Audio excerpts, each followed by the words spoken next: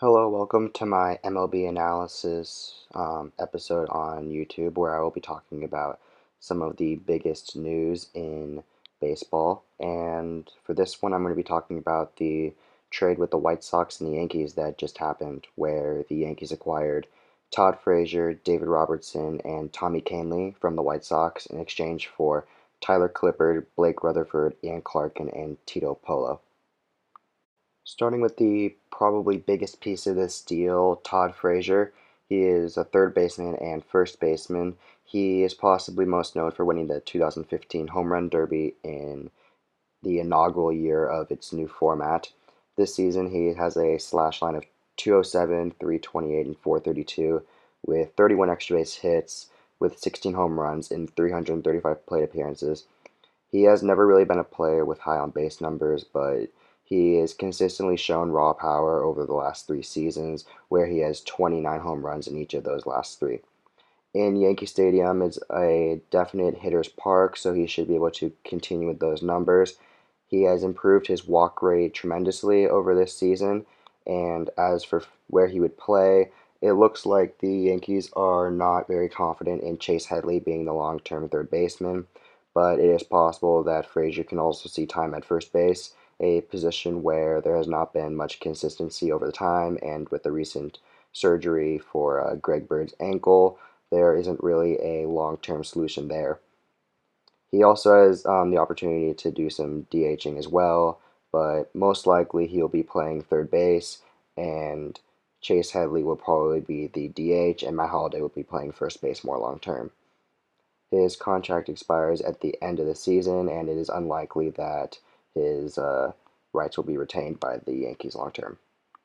Next player I'll be talking about is David Robertson. Robertson should be a familiar name with the Yankees as he spent the first 7 years of his career from 2008 to 2014 with the Yankees, and he was an all-star as a setup man to Mariano Rivera in 2011. This season, he is 4-2 with a 2.70 ERA, a 3.05 FIP, and although he only has 13 saves, it is out of 14 save opportunities. The White Sox have not really been able to give him many opportunities to where he can be able to close out for the team. He has 47 strikeouts compared to 11 walks in 33 and third innings. And he has been on a recent tear over the last month where he has not given up a run since June 25th. He will not be the closer in New York. That is Aroldis Chapman's team for the long term.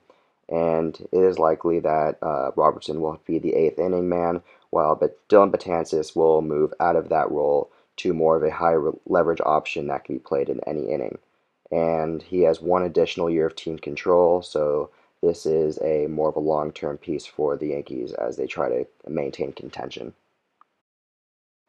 Tommy Kahnle is the last person that the Yankees are acquiring. He is by far the least known name, but he is an interesting pitcher to look at. He has been a middle reliever for the White Sox this season with an amazing strikeout rate, with 15 strikeouts per 9 innings, including an 8.57 strikeout per walk ratio. So he's been showing great control. He is 1-3 with a 2.50 ERA, and he has been showing great statistics against right-handed pitching this season, where he has a 165 batting average against with right-handed hitters this season, and a 183 on base percentage. So he has not been walking many guys either. This is another long-term piece for the Yankees. He has 3 more years of team control, and it'll be interesting to see how the Yankees utilize him. It is more likely that he will be a sixth inning man with Robertson, Betances, and Chapman manning out the rest of the rotation. Now moving on to the pieces that the White Sox acquired, we're going to start out with Tyler Clippard. This is more of a money-saving piece that the Yankees are trading away to the White Sox. Clippard didn't really have a spot left in the rotation, and without having to waive him and spend the rest of his contract, they decided to try and throw him into the White Sox deal, and it worked.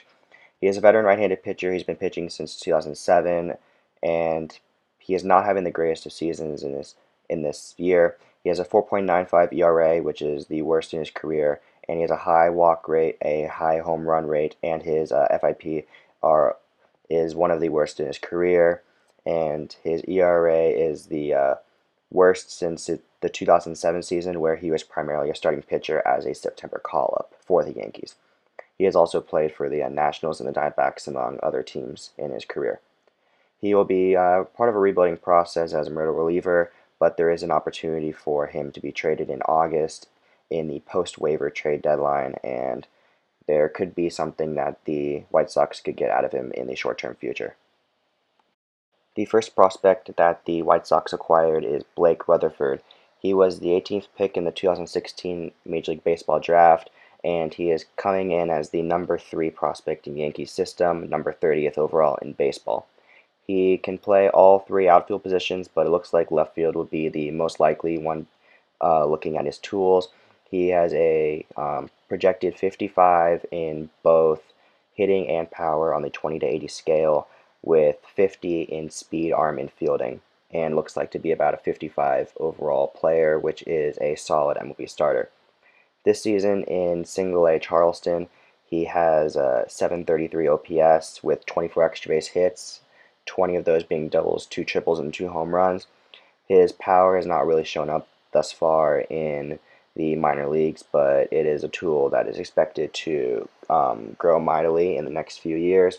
And his estimated time of arrival in Chicago should be around the 2020 season, but there is a chance that he could come in mid-season 2019.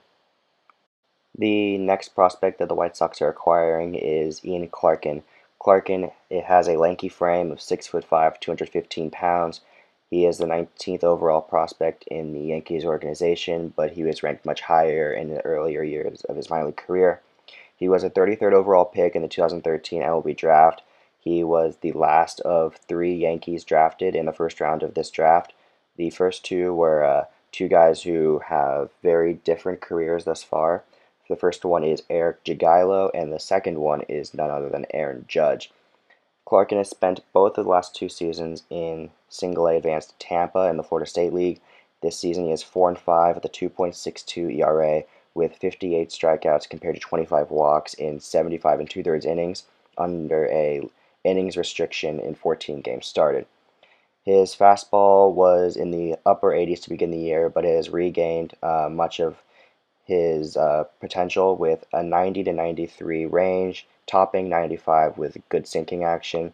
He has a strong curveball that was his best pitch when being recruited out of high school in San Diego, and it has a developing slider which he has started to use over the last few seasons. Injuries have been a major concern. He has had major shoulder issues since the 2014 season, and that has been a reason that he has not reached a higher level of the minor leagues or the majors. It is unsure if he can maintain his health through this minor league career. One more shoulder injury may have him shut down, but it is a high-risk, high-reward pickup for the White Sox, who could be using him as a number 3 starter long-term. His estimated time of arrival is similar to Rutherford around the 2020 season. The last prospect that I'll be talking about probably has the best name out of all of them, not necessarily name recognition, but his name is Tito Polo.